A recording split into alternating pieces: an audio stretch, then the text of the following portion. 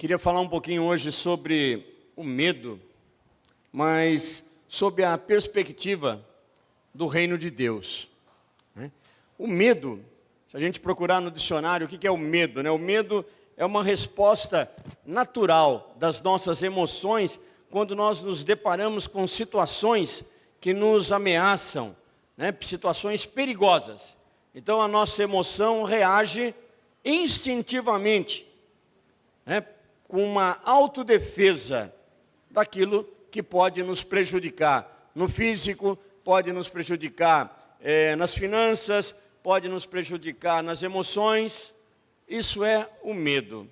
E o medo, na grande maioria dos casos, o medo nos trava, ele nos paralisa.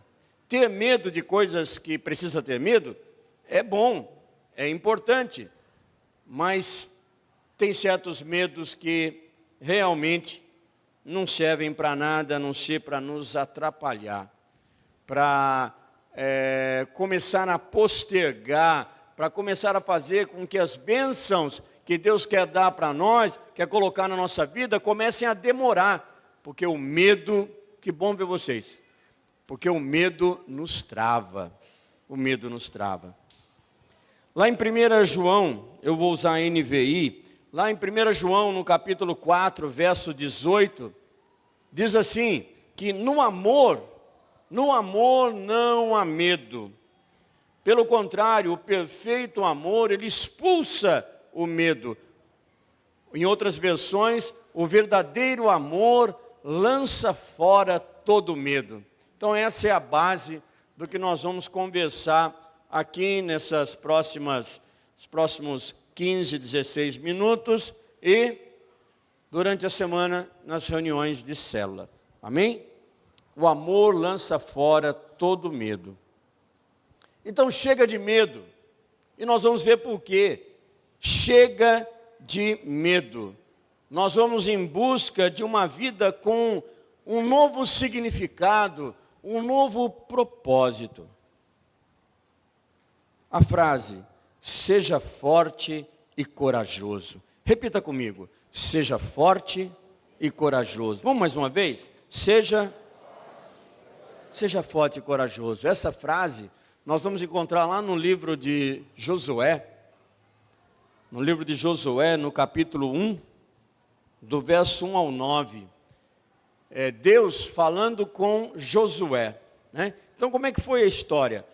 Antes de Josué veio Moisés. Moisés, nós sabemos a história dele, a gente já viu o filme das pragas do Egito, e Moisés tirando o povo do Egito que estava escravo há muitos anos, escravos ali no Egito, e Moisés, um grande líder, ele consegue tirar o povo do Egito, ele atravessa o Mar Vermelho, passa 40 anos ali no deserto, mas Moisés é um grande líder. E tinha um menino, um garoto, um jovem, que acompanhava Moisés em todo lugar que Moisés ia. Esse garoto era Josué.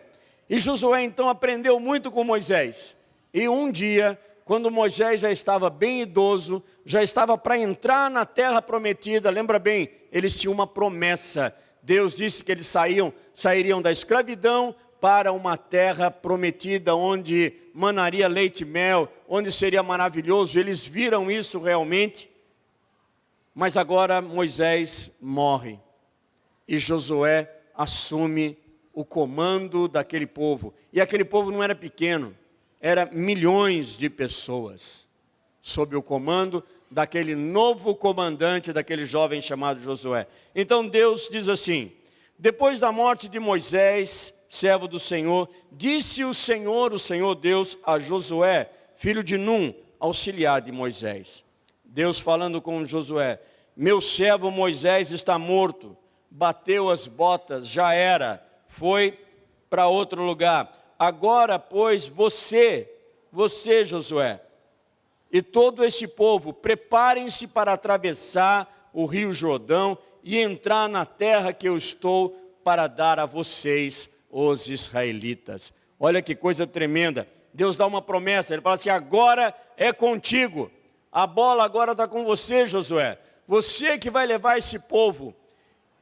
Com certeza Josué ficou muito feliz. Mas Deus não contou a ele que teria um rio para passar, que teria muralhas para derrubar, que teria gigantes para guerrear, que não seria nada fácil. Mas existia uma promessa. Agora Deus, Ele não mentiu. Ele não mentiu dizendo que seria fácil. Ele não mentiu. Mas se Ele contasse cada detalhe daquela promessa que teria, Josué não teria aceitado. Sabe, amados, eu me lembro, em 1993, muitos aqui nem eram nascidos ainda. 1993, uma pastora chamada Benedita dos Reis, Ditinha, ela falou assim para Mariette: Mariette, Deus tem muita coisa para falar com o Camilo. Mas se ele falar tudo de uma vez, o Camilo não vai aguentar. Existia uma promessa na minha vida.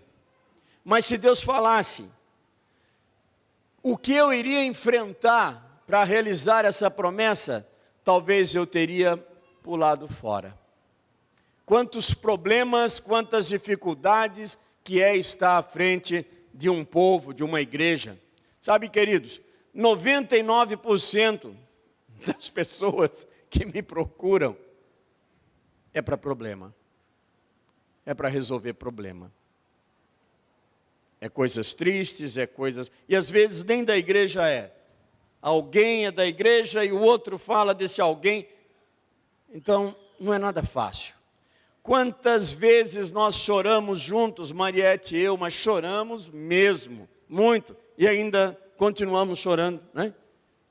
Então, se Deus contasse os detalhes, eu não toparia. Então aqui Deus não contou os detalhes, mas Deus é mentiroso? Não. Deus, ele estava gerenciando a informação, passando de acordo com o que você e eu podemos aguentar. É assim que Deus trabalha. Ele gerencia as informações. Existe uma promessa, essa promessa vai se cumprir. Posso ouvir um aleluia? Essa promessa vai se cumprir, mas para chegar lá, existem barreiras, existem gigantes, existem dificuldades, tudo que a gente imagina. Mas no fim, nós somos mais que vencedores. No fim, a promessa sempre cumpre. E aqui, quando Deus está falando então com Josué, no verso 3, ele fala assim: como prometi a Moisés, todo lugar onde puserem os pés, eu darei a vocês. Então olha que coisa, Deus fala para Josué: todo lugar que você pisar, é seu, será seu. Mas Deus não fala que cada lugar que ele pisava, ele tinha que guerrear com milhares de pessoas, ele tinha que... É isso. No verso 4, o seu território, Josué, se estenderá do deserto ao Líbano, do grande rio Eufrates, a toda a terra dos hititas, até o mar grande no oeste. Ninguém conseguirá resistir a você, todos os dias da sua vida. Deus prometendo: ninguém conseguirá resistir a você, todos os dias da sua vida. Assim como eu estive com Moisés, estarei com você. Nunca te deixarei, nunca o abandonarei. É o que Deus fala para você e para mim nessa noite. Você tem uma promessa, você tem uma promessa. Você tem uma promessa.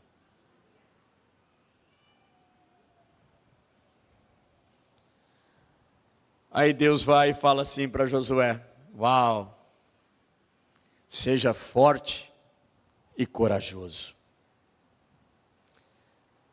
porque você conduzirá esse povo para herdar a terra que prometi sob juramento aos seus antepassados. Então no verso 6, Deus fala para ele: Josué, seja forte e corajoso. Aí eu pergunto para vocês: de onde vem a nossa força? De onde vem a nossa coragem? Não vem de outro lugar.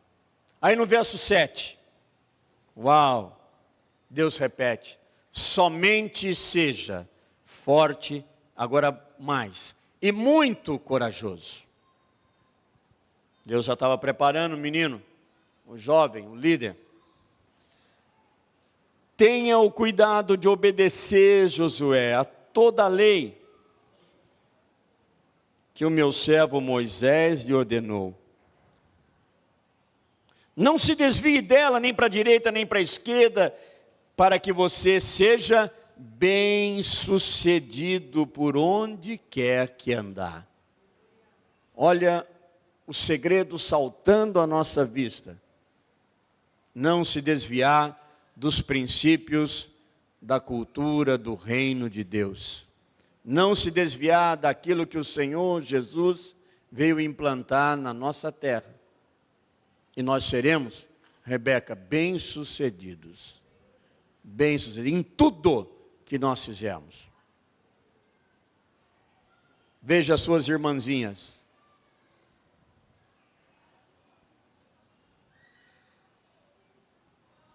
Se nós não desviarmos das coisas que o Senhor nos ensina, nós seremos bem-sucedidos.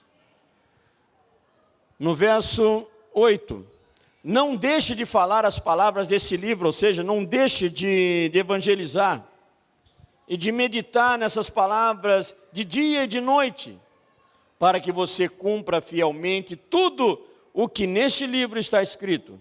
Só então os seus caminhos prosperarão e você será bem-sucedido. Aí Deus fala mais uma vez no verso 9, não fui eu que lhe ordenei, seja forte e corajosa. Seja forte e corajoso. Não se apavore, não tenha medo, não desanime, pois o Senhor, o seu Deus, Deus falando, estará com você por onde você andar. Aleluia. Existe uma promessa na sua vida? Existe. Ela se cumpriu ou ainda não se cumpriu? Não importa. Se cumpriu parte? Não importa. Ela vai se cumprir. Seja forte e corajosa. Seja forte e corajoso. Que as coisas de Deus, elas não voltam vazias. Quando a palavra é do Senhor, ela vem, ela marca, ela fica, e o tempo é de Deus. O tempo é de Deus. E aí, eu pergunto a vocês, vamos decidir mudar a nossa identidade para fortes e corajosos? Sabe, pode ser que quando a gente olha no espelho, a gente olha assim e fala assim, credo, que carinha fraco e covarde. Ó, está aqui um espelho. Uau! Você está ficando velho, hein? Puxa. Você é fraco e é covarde. Aí Deus vai e fala assim, não. Volta para o espelho. Voltei. Fala assim, que coroa bonito. Você é forte e corajoso. Então eu vou pedir uma coisa para vocês nesse momento. Pega a sua caneta espiritual. Pega aí a sua caneta espiritual. Agora escreva no seu coração. Sou forte e corajoso. Escreve isso. Porque é assim que o Senhor te vê. É assim que o Senhor me vê. Forte e corajoso. Eu sou filho dele. Eu sou semelhança dele. Eu sou lindo. Eu sou maravilhoso. Quão maravilhosas são tuas obras, ó Senhor. E eu sou uma delas. Então nós precisamos mudar a nossa identidade de fraquinhos e covardes para fortes e corajosos. Nós vamos decidir, nessa noite nós vamos decidir respirar e sonhar com tudo que está disponível para nós nessa cultura do reino de Deus. Querem saber de uma coisa? Para quem lia historinha, ou para quem ouvia a historinha dos seus pais antigamente, amado, chegou a hora do sapo virar príncipe.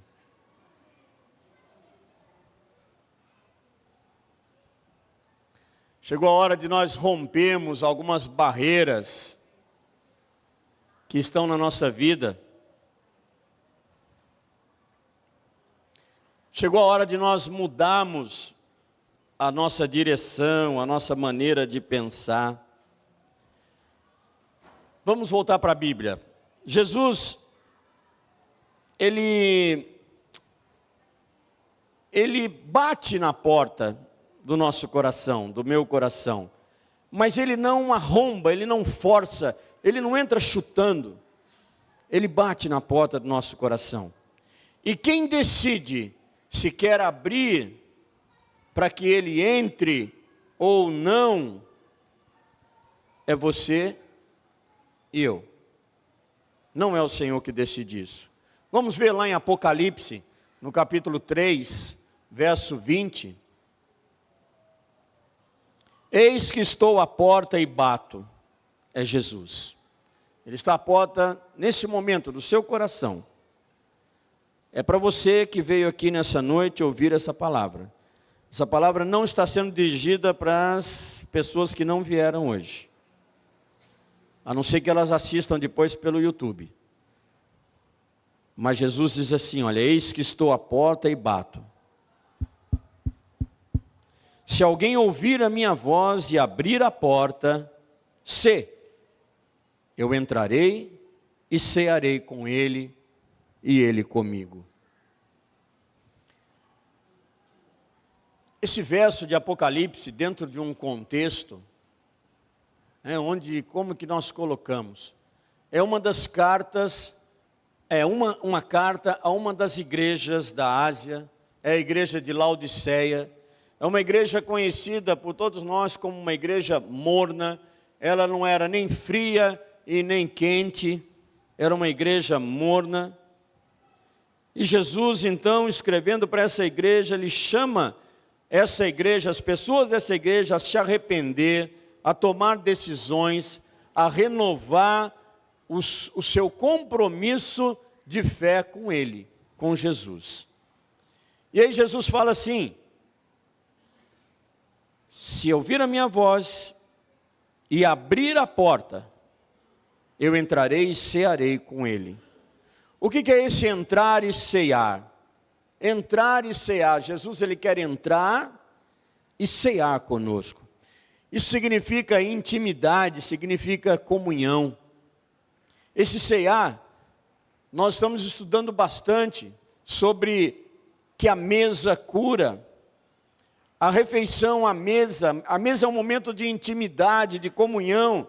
Sentar-se à mesa com alguém significa um relacionamento íntimo, significa que ali haverá cura, haverá mudança de mentalidade, haverá mudança de cultura. Então, se abrir a porta, ele entra e vai cear com você. E tudo isso que eu coloquei aqui agora, essa intimidade, essa comunhão, é o que o Senhor quer com você e comigo. Se você abrir a porta, o que significa isso? É a nossa resposta ao chamado de Jesus. Então, eu ouvi o chamado de Jesus, eu estou abrindo a porta. O Senhor te chama, o Senhor já te chamou, o Senhor continua te chamando, vai te chamar mais vezes, vai te chamar hoje. Você precisa ouvir e abrir a porta. Atender o chamado de Jesus.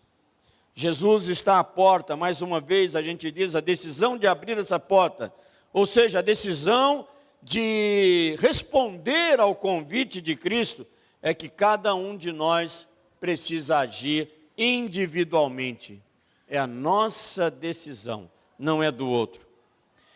Esse ato de abrir a porta, ele significa sim, eu quero o Senhor governando a minha vida.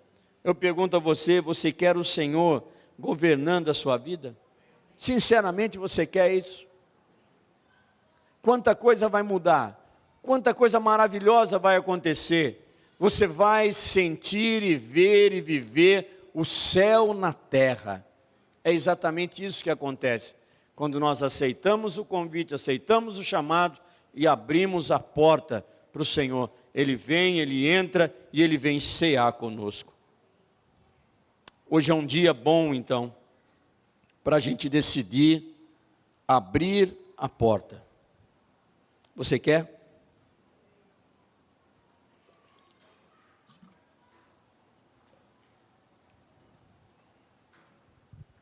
Nós lemos que o amor lança fora todo medo. A decisão de seguir Jesus, de viver nessa cultura que Ele implantou, é sua. A decisão é sua. E hoje nós precisamos tomar uma decisão muito importante, amados. Hoje é dia de vencer todo medo que nos paralisa. Eu vou falar aqui de alguns medos. Tomara que alguns que eu diga, seja alguma situação em que você esteja enfrentando. E aí essa palavra é para você, amém? Então preste atenção em cada item desse que eu vou estar colocando aqui.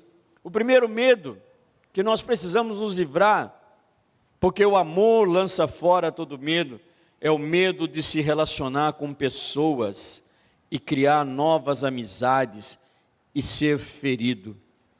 Sabe, você já foi ferida, você já foi ferido por alguém, e aí você se fecha. Então você chega num lugar como esse, e você chega depois que começa o culto, sai antes de acabar o culto, e se esconde, fica ali calado, não quer falar com ninguém, porque você não quer se relacionar com mais ninguém, porque você traz lembranças de pessoas que você amou muito, se entregou muito, e foi ferido, foi ferida. Será que esse é seu caso nessa noite? O amor lança fora todo medo. O medo de falar em público, o medo de dar a sua opinião num grupo. Isso é terrível. Isso nos dificulta demais, isso nos paralisa, nos trava. É esse o seu medo? Medo de falhar, de ser ridicularizado, de ser envergonhado, pagar mico na frente de outros. Aí você não fala, você não dá a sua opinião, porque você tem medo de falhar, de ser ridicularizado. Amados, esse medo não é de Deus. Esse medo precisa ser curado. E nessa noite, será curado. Em nome de Jesus. Eu declaro cura. Um outro medo. Esse medo é tão terrível e tantas pessoas ainda têm. O medo de se relacionar com pessoas do sexo oposto. Medo de se casar um dia, medo de constituir uma família, talvez porque você tem exemplos terríveis. E aí você tem medo. Você tem medo de encontrar alguém, medo de se comprometer, medo de marcar seu casamento. Já está marcado o casamento? Já? Que bom. Porque você tem exemplos ruins. Talvez na sua casa, na sua família. E aí você tem esse medo. Medo de constituir uma família. Muitas vezes você pode ter medo de ter filhos. Como eu já atendi pessoas com esse medo. Amados, é maravilhoso. Ter filho é assim, você sofre do início ao fim. Você sofre quando sabe que a sua filha ou a sua nora está grávida. Quando começam a fazer os exames e começam a enxergar coisas que não existem naquele exame, e você começa a sofrer. Aí você começa a entrar em campanha de jejum e oração nas madrugadas. Aí a criança está prestes a nascer. Aí aquela tensão. e você sofre com aquela tensão.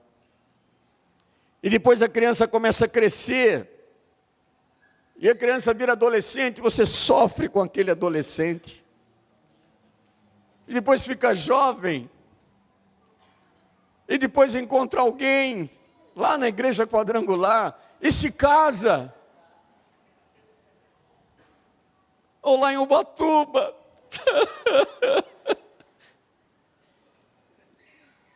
Então tem pessoas que têm medo de ter filhos.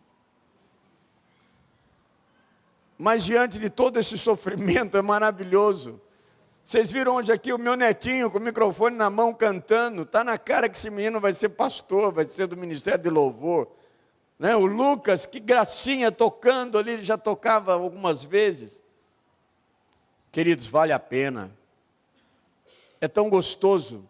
Sabe, quando vêm os meus filhos e meus netos e meu genro e minha nora na minha casa, e os dois ficam brigando o tempo todo. É lindo, é maravilhoso. Eu comprei uma Ferrari para cada um, acreditam? Está lá na minha garagem, eu tenho 2 Ferraris vermelhas. Comprei um para cada... É maravilhoso isso, não é verdade? Vocês que já são pais e mães, é tremendo. Então não tenham medo, vamos vencer esse medo de ter filhos, medo de ter relacionamento com nossos pais, acreditem se quiser. No nosso meio, eu tenho certeza, o Espírito Santo não colocou isso aqui à toa. Tem pessoas que têm muito medo de ter relacionamento com o seu pai ou com sua mãe. Traumas. Amados, vamos pedir para o Espírito Santo nessa noite nos dar coragem, nos tornarmos fortes, para que a gente consiga dominar esse medo. E hoje mesmo, se o seu pai, sua mãe ainda estiver vivos, manda uma mensagem, faz uma ligação. Se tiverem, né, se já passaram dessa vida, não vão querer tentar falar com eles, não. Mas orem para que o Senhor te dê essa força, essa coragem, para liberar, talvez, perdão. Mas não podemos ter medo de nos relacionarmos com os nossos pais. Eu morro de medo de relacionar com meu pai e com a minha mãe, porque eles já morreram, então, já pensou? Aí é complicado, né? Mas nós não podemos ter esse medo. Medo de rejeição. Quantos têm medo de ser rejeitado? Rejeição. Talvez porque já sofreram isso, e agora tem muito medo. Tem um trauma muito grande. Medo da solidão. É um medo tão dolorido esse. Medo da solidão. O Senhor não vai te deixar só. Você não vai estar só. Pode uma mãe abandonar o seu filho ainda pequeno que mama? A Bíblia diz que sim. Mas no mesmo trecho da Bíblia diz assim: mas Deus jamais te abandonará. Isso é maravilhoso. Então vamos dominar, vamos vencer esse medo da solidão. Existe um outro medo que prejudica tantas pessoas, é o medo de perder o controle. Tem pessoas que estão paralisadas porque têm o medo de perder o controle. Então não faz mais nada, porque esse medo paralisou essas pessoas. Um outro medo, medo de arriscar em coisas novas. Time que está ganhando não se mexe, mentira. Se mexe sim, para ficar melhor. Nós temos que arriscar sim, em coisas novas, coisas boas. Se o Senhor está mostrando, é para a gente ir com cara e coragem. Tem alguma coisa aí para você fazer que você está com medo, porque é novo? Se toca, vai fundo. Se Deus falou para você fazer, faça. Não tenha medo do que é novo. Um outro medo de ficar doente. Tem pessoas que têm muito medo e sofrem demais com isso, de ficar doente. Tem outros que têm medo da morte.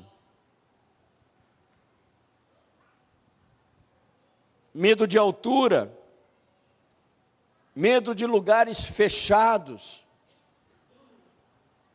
medo de insetos. Ah, menina, que você tem medo de barata e de rã, que coisa absurda. Sapo. Estou olhando para você mesmo, não vou dizer seu nome, mas toma jeito. Se você der um beijo no sapo, pode ser que se torne um príncipe. Medo de animais, medo de escuro. Queridos, se você tem algum desses medos, peça para o Senhor te curar, seja forte e corajoso. Tão gostoso você dormir com todas as lâmpadas apagadas. É tão bom dormir no escurinho. Medo de envelhecer. Não tenham medo de ficar velho. Não muda nada. Não é verdade? Os que já passaram de 70 aí, concordam comigo? Quem já passou de 70 e concorda comigo? Levanta a mão. Tá vendo aí? Tem uma meia dúzia aí, ó. Para que medo? Não precisamos ter medo. Medo de ser feliz, meu Deus. Existe isso? Existe. Pode ser que tenha alguém entre nós que tem medo de ser feliz. Porque acha, bom, eu vou ser feliz, as pessoas vão vir em cima de mim, eu vou ser feliz e a minha vida vai complicar. Medo de ser feliz, medo do desconhecido, medo do futuro. É uma tendência natural, nós temos medo diante daquilo que nós desconhecemos. Porém, nós somos filhos amados. Olha o que o Senhor fala para nós em Jeremias, no capítulo 29, verso 11. Porque sou eu que conheço os planos que tenho para vocês. Eu é que sei, diz o Senhor, que planos eu tenho para vocês. Planos de fazê-los prosperar e não de lhes causar dano. Planos de dar-lhes esperança e um futuro. Isso é maravilhoso e é para nós. Eu vou ler mais um trecho da palavra, que está lá em Mateus, no capítulo 14, que é maravilhoso. Trata também de um medo coletivo.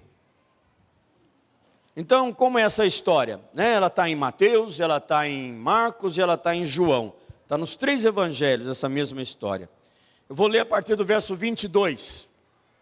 Então é Mateus 14, a partir do 22. Diz assim: logo em seguida, Jesus estava falando com uma multidão, atendendo muita gente, numa montanha, num lugar muito bonito, e aí começou a ficar tardezinha, e Jesus então precisava dispensar aquela turma, porque ele devia estar muito cansado, ele devia estar emocionalmente também cansado, porque era só problema, e Jesus então resolveu ficar sozinho e ir para o monte orar. É o que a gente deve fazer quando a gente não está naqueles dias, Ou todo dia é dia da gente fazer isso, Mas Jesus então, ele fez isso, e aí no verso 22 fala assim: logo em seguida, Jesus insistiu, ou seja, ele ordenou com os seus discípulos para que entrassem num barco e fossem diante dele para o outro lado do mar da Galileia, o lago da Galileia, enquanto ele despedia a multidão. Então essa é a cena. Jesus manda os seus discípulos entrarem no barco e irem para atravessar aquele lago, o mar. E enquanto isso, Jesus despedia todo mundo que estava ali e ia subir para orar. Devia ser umas 6 horas da tarde isso aí, eu imagino.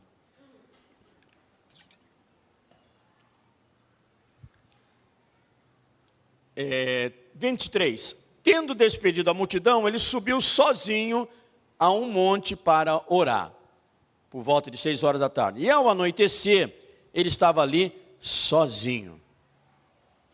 Mas o barco, com os discípulos de Jesus, já estava a considerável distância da terra, A gente procura aqui nos estudos que estava mais ou menos 5 a 6 quilômetros distante ali da margem, ou seja, já tinha andado bastante esse barco.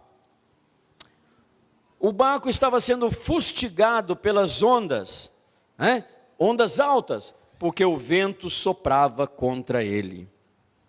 Então, Jesus, de longe, ele volta, devia ser ali umas 3 horas da manhã, né? Ele estava orando desde as 6, umas 3 horas da manhã, Jesus voltou ali à margem, e ele consegue enxergar com a sua supervisão, né? Com a sua supervisão, olho, né? Ele consegue enxergar o que estava acontecendo. Vocês querem ver onde está isso? Em Marcos no capítulo 6, verso 48. Aqui tem esse detalhe de que Jesus enxerga o que estava acontecendo ali com o barco dos meninos. Ele viu os discípulos remando com dificuldade, porque o vento soprava contra eles. Olha que coisa linda, amados. Jesus, ele sentiu compaixão dos seus discípulos. Sabe o que Jesus faz todo dia, toda hora? Ele olha para você e sente compaixão das dificuldades que você está enfrentando, dos seus medos, das suas neuras, das suas preocupações, dos seus problemas. Voltando em Mateus 24, Mateus 14, lá no 25, diz assim: alta madrugada, então por volta de umas 3 horas, alta madrugada, Jesus dirigiu-se a eles, andando sobre o mar. Que é isso, gente? Olha aqui, imagine que aqui seja o mar, amém? Jesus, ele deu um passo e firmou. Vocês querem ver como Jesus fez? Não foi assim que Jesus fez. Jesus, ele andou sobre as águas. Isso aí não é natural. Isso aí é sobrenatural. Mas continuando. Dirigiu-se a eles andando sobre o mar. No verso 26. Quando os discípulos o viram andando sobre o mar, ficaram aterrorizados. Eles foram dominados pelo medo. Foi um pavor. E eles disseram: é um fantasma! E gritaram de medo. Coisa desse tipo. Eles gritaram de medo. Mas olha que coisa linda.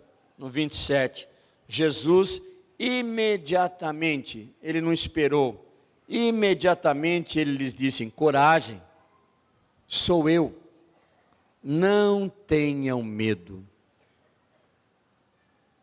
Você está gritando esses dias com algum medo, com algum problema? Pode ter certeza que o Senhor já ouviu. E Ele fala para você: coragem, não tenha medo. Repita isso comigo: coragem, não tenha medo. É o que o Senhor fala para mim e para você. E sabe o que Ele falou? Ele falou assim: sou eu. Jesus fala para eles: olha, sou eu. Sabe o que Jesus quis dizer com esse sou eu? Lembra quando Moisés, lá atrás, na frente de uma sarça ardente, Deus falou com Moisés e falou assim: vai e diga ao faraó que eu quero libertar todo o povo. Aí Moisés perguntou: mas a quem eu devo dizer que me mandou fazer isso aos meus irmãos israelitas? Aí Deus falou com ele da sarça ardente: diga que o eu sou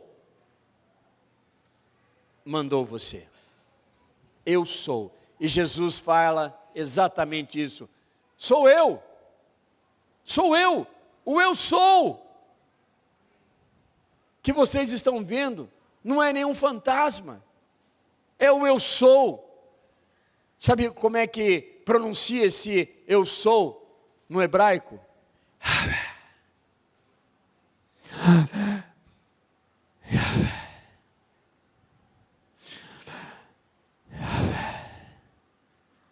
É assim que pronuncia o nome de Deus. É um sopro. Yahvé. Yahvé. Jesus falou exatamente isso. Sou eu. Sou eu. Então nós podemos entender aqui, né, o tamanho do significado dessa saudação de Jesus para eles, ao dizer para os seus discípulos amedrontados: sou eu. O eu sou está aqui. Não tenham medo. não tenham medo. Voltando, qual é o seu medo? Qual é o seu medo? Mentaliza o seu medo nesse momento.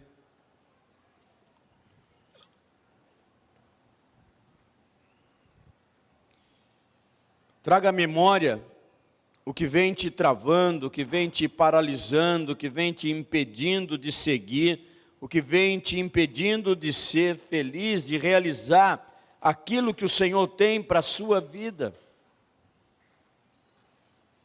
E lembra, Jesus, o amor, lança fora todo medo, manda embora todo medo.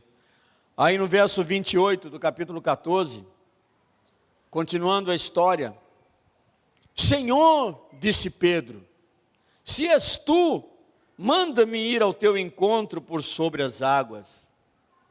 Olha que coisa maravilhosa. Se é o Senhor mesmo que está dizendo para mim, não tenha medo, então mande que eu vá até o Senhor, ao teu encontro, por sobre as águas. Amados, vamos fazer mais um exercício? Pergunta isso para Jesus nesse momento. És tu, Senhor, realmente, que me diz não tenha medo? É mesmo o Senhor que está me autorizando?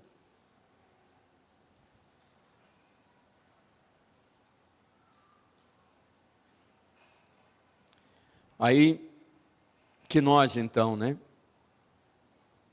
Então que nós andemos sobre as águas, desafiando todas as leis da gravidade, da liquidez, né, de líquido, da densidade dos corpos ou qualquer outra lei da física. E desafiando todos os gigantes que têm nos amedrontado, têm nos ameaçado, até hoje, na sua vida, na minha vida. Oh Senhor, fala que eu quero ouvir a tua voz, Senhor. E Jesus responde a Pedro, no verso 29. Simples. Jesus fala para Pedro, venha, venha. Respondeu ele. Pedro, vença esse medo. Ronaldo, vença esse medo. Mara, vença esse medo.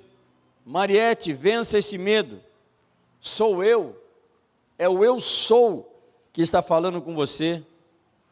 Sabe quem é ele? Nós vemos que ele é: eu sou o pão da vida. Eu sou a luz do mundo. Eu sou a porta das ovelhas. Eu sou o bom pastor. Eu sou a ressurreição e a vida. Eu sou o caminho, a verdade e a vida. Eu sou a videira verdadeira. Esse é o nosso grande eu sou. Então Pedro saiu do barco. É o que a gente lê nas Escrituras. No verso 29. Na parte B. Então Pedro saiu do barco. Ele entendeu que deveria viver naquela cultura que Jesus estava ensinando, na cultura do reino que Jesus estava implantando. Ele decidiu. E ele andou sobre a água e foi na direção de Jesus. Amados, que coisa maravilhosa, que tremenda. Pedro saiu do barco. Nós sabemos que o barco também representa a igreja. É o povo de Deus. Pedro, por um momento, ele saiu do barco, porque o foco dele naquele momento estava em Jesus. E ele foi então em direção a Jesus, enfrentando o desconhecido, enfrentando as ondas, enfrentando todos os problemas, os gigantes que nós temos na nossa vida. Ele venceu todos os temores naquele momento, ele venceu a tempestade, o mar, o diagnóstico médico que tinha dito que não tinha mais jeito, ou qualquer outra coisa que venha contrariar aquilo que é natural. Ele venceu esse gigante do medo, que estava paralisando Pedro de sair do barco. Agora preste atenção, no final do versículo, e foi em direção a Jesus. Ele foi em direção a Jesus, porque o foco dele estava em Jesus. Os olhos de Pedro, eles não viram naquele momento as ondas, as turbulências, o perigo, mas os seus olhos naquele momento, como a Bíblia fala, eram como olhos de pomba, fixos em Jesus. No verso 30, mas, puxa vida, que pena, teve um mas. No entanto, quando reparou no vento, ele tirou o foco de Jesus. Quando nós tiramos o foco de Jesus e focamos o problema, ele ficou com medo. E ele começou a afundar. E gritou: Senhor, salva-me. O medo de novo, o medo, depois de vencer aquela situação. Muitos aqui já devem ter passado por sobrenatural, né? Não há ferrolhos, nem potas.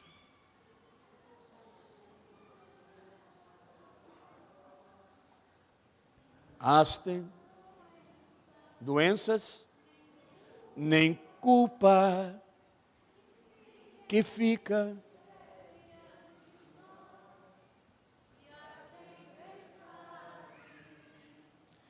Me acalma.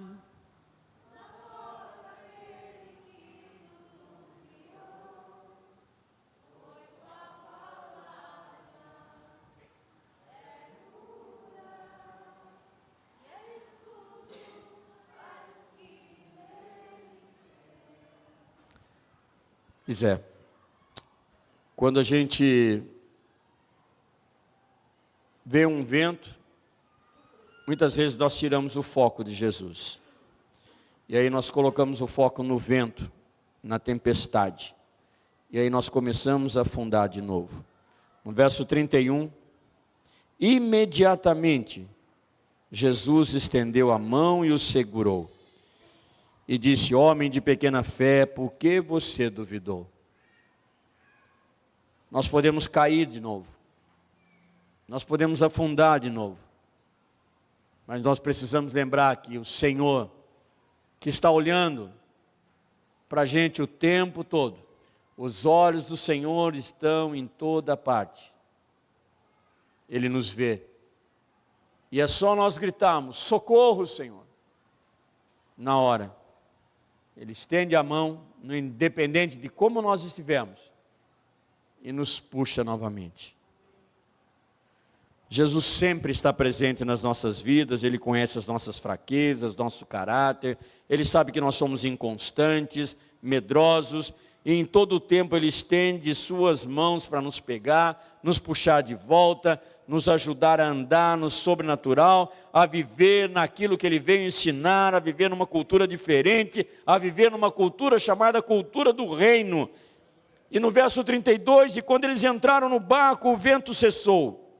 Então ele saiu do barco, mas depois Jesus voltou com eles no barco. O barco é um lugar de segurança. Nós precisamos sair, precisamos. Mariette falou isso na última pregação. O noivo nos chama, nós precisamos sair com ele para cavalgar.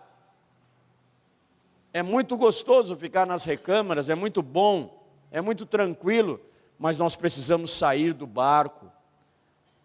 Nós precisamos manter o foco no Senhor e fazer o que Ele nos manda. O ide é uma das coisas que nós temos que fazer. Então, aí nós lembramos de novo que Jesus é o grande eu sou. Eu gostaria de chamar novamente os músicos para cá, por favor. Vou pedir para que eles ministrem uma canção que ministraram no início do culto.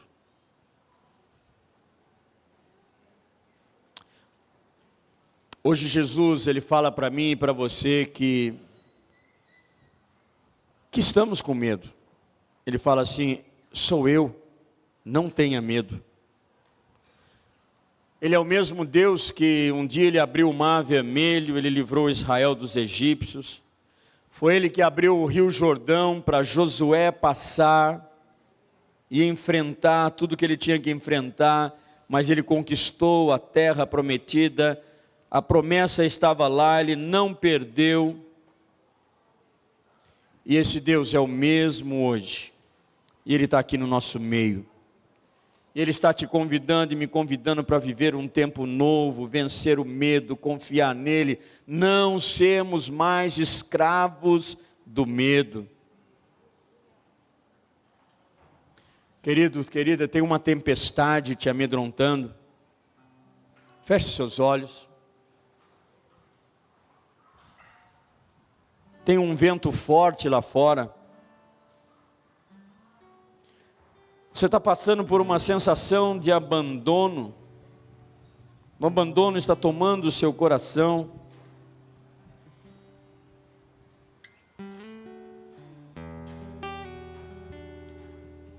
Queria que você lembrasse que Deus, ele age no tempo certo,